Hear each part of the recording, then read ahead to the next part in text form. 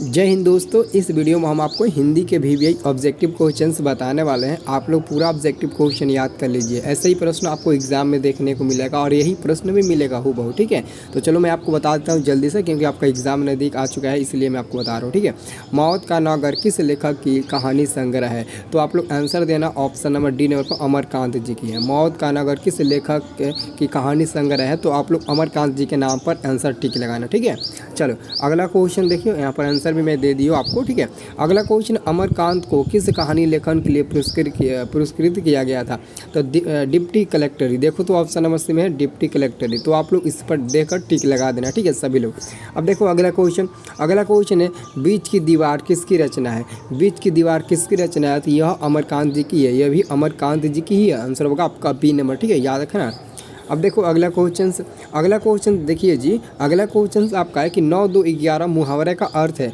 9 2 11 मुहावरे का अर्थ होता है भाग जाना। क्या होगा जी? भाग जाना। देखो तो ऑप्शन नंबर बी में दिया, 9 2 11 मुहावरे का अर्थ होता है भाग जाना। ठीक है, अब देखो विद्यार्थी लोग अगला क्वेश्चन है, बहादुर तुमको अपनी माँ की याद आती है, ऐसा कौन पूछता है? ऐसा कहानीकार की पत्नी जो थी निर्मला, वही पूछती है कि बहादुर तुमको अपनी माँ की याद नहीं आती है। ठीक है, चलो अगला क्वेश्चन देखिए मेरे प्यारे लाल। अगला क्वेश्चन है, किसने बहादुर की डंडे से पिटाई की थी? तो जो लेखा का बड़ा बेटा था किशोर, वही मतलब कि बहादुर को डंडे से पिटाई कर दिया था अंत में, जब उस पर चोरी का आरोप लगा था तब। ठीक है, तो इसको याद कर लेना बच्चा लोग, पूरा क्वेश्चन इंपॉर्टेंट है, देख लो ना। अगला क्वेश्चन, नाश्ता पानी के बाद बातों की क्या चलने लगी? नाश्ता पानी के बाद बातों की पूरी नहीं बल्कि जलेबी चलने लगी। आंसर आपका होगा सी नंबर। ठीक है, अब देखो जी अगला क्वेश्चन है, बहादुर सिरसा कहानी के कहानीकार कौन है? तो हमारे अमरकांत जी ही होंगे। ऑप्शन नंबर ए होगा अमरकांत जी। ठीक है, अब देखो जी अगला क्वेश्चन है 9 नंबर की, निर्मला कौन थी? देखो जी निर्मला कौन थी? तो आप लोग टिक लगा देना, कहानीकार की पत्नी थी। निर्मला कहानीकार की पत्नी थी। आंसर होगा सी नंबर। अगला क्वेश्चन है, बहादुर कहाँ से भाग कर आया था? देखो जी बहादुर नेपाल से भाग कर आया था। देखो आंसर डी नंबर में दिया है, नेपाल से भाग कर आया था। बहादुर नेपाल से भाग कर आया था, आप लोग याद रखना। अगला क्वेश्चन से, कहानीकार के लड़के का नाम था। देखो कहानीकार के जो लड़का था वही ना किशोर था, उसी का ना किशोर नाम था, जो डंडे से पिटाई किया था बहादुर को, तो वही आपका आंसर होगा। ठीक है, किशोर होंगे।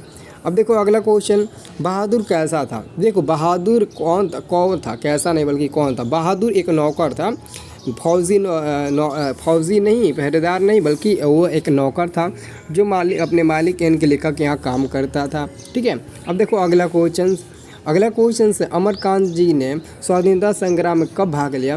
तो 1942 ईस्वी में भाग लिया था। 1942 ईस्वी सी नंबर होगा। ठीक है, अगला क्वेश्चन है, बहादुर अपने घर से क्यों भाग गया था? देखो जी बहादुर अपने घर से भागा था इसलिए क्योंकि उसकी माँ ने उसको मार दी थी, तो माँ की मार के कारण बहादुर अपने घर से भाग गया था। ठीक है, अब देखो अगला प्रश्न है, रिश्तेदारों की पत्नी के कितने रुपये खो गए थे? रिश्तेदार की जो पत्नी थी उनकी 11 रुपये खो गए थे और उसका इल्ज़ाम बहादुर के ऊपर लगाया गया था। ठीक है, अब देखो अगला प्रश्न आपका है, रुपये खोने का प्रपंच किसने रचा? देखो रुपये जब खोया था उसका प्रपंच यानी किसने रचा? झगड़ा लगाने का काम किन लोगों ने किया? तो कहानीकार के रिश्तेदारों ने।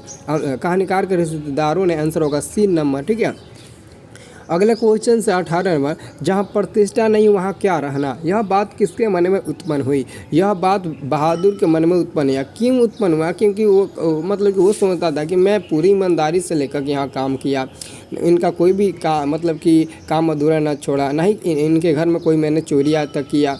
फिर इन रिश्तेदारों के द्वारा झूठी आरोप मेरे पर लगाकर मेरे को सब बदनाम कर रहे हैं, मेरे को मार रहे हैं, डांट रहे हैं, पीट रहे हैं, सब कुछ कर रहे हैं, तो मैं यहाँ क्यों रोकूँ जो मेरी इज्जत ही नहीं करते हैं। ठीक है, तो याद रखना इन सभी के बारे में अगर सब्जेक्टिव क्वेश्चन पूछे तो लिख देना। ठीक है, अगला क्वेश्चन से, बहादुर लेखक घर से अचानक क्यों चला गया? तो आप लोग बता नहीं सकते हैं। यहाँ पर देखो ऑप्शन नंबर सी को गौर से, स्वयं के प्रति लेखक तथा उसके घर वालों में व्यवहार में आए परिवर्तन के कारण ही लेखक वहाँ से चला गया। बहादुर वहाँ से चला गया, यही कारण था ना कि बहादुर चला गया। अब ये मत कहना कि दूसरी नौकरी मिल गया तो चला गया या फिर माँ की याद आ रही थी चला गया, नहीं, उसके लेखक घर में बहुत ज़्यादा परिवर्तन आ गया था ना। ठीक है, इसी कारण। अब देखो अगला क्वेश्चन से बहादुर कहानी के लेखक अमरकांत का जन्म कब हुआ? तो अमरकांत का जन्म 1925 ईस्वी में हुआ था, बलिया उत्तर प्रदेश में शायद, ठीक है। तो 1925 होगा, आगे आएगा तो देखेंगे। अमरकांत का जन्म कहाँ हुआ था? तो देखो जी यहाँ पर दे ही दिया ना, बलिया उत्तर प्रदेश। तो देखो आंसर होगा ए नंबर, बलिया उत्तर प्रदेश में, ठीक है। अगला क्वेश्चन है, इन्हें किस पुरस्कार से पुरस्कृत किया गया था? इन्हें साहित्य अकादमी पुरस्कार। देखो ऑप्शन नंबर बी होगा, यहाँ पर आंसर भी आपको दे गया, ठीक है। जो भी इसका PDF लेना चाहते हैं, डिस्क्रिप्शन बॉक्स में आपको लिंक मिल जाएगा व्हाट्सअप ग्रुप का, जाकर व्हाट्सअप ग्रुप ज्वाइन कर लो, आपको PDF मिल जाएगा, ठीक है। चलो अगला क्वेश्चन है, जिंदगी और जोंक किसकी रचना है, किसकी कहानी है? जिंदगी और जोंक किसकी कहानी है? तो अमरकांत जी की है। आंसर होगा डी नंबर, अमरकांत जी, ठीक है। चलो अगला क्वेश्चन है, बहादुर का पूरा नाम। ये तो सब किसी को पता होगा।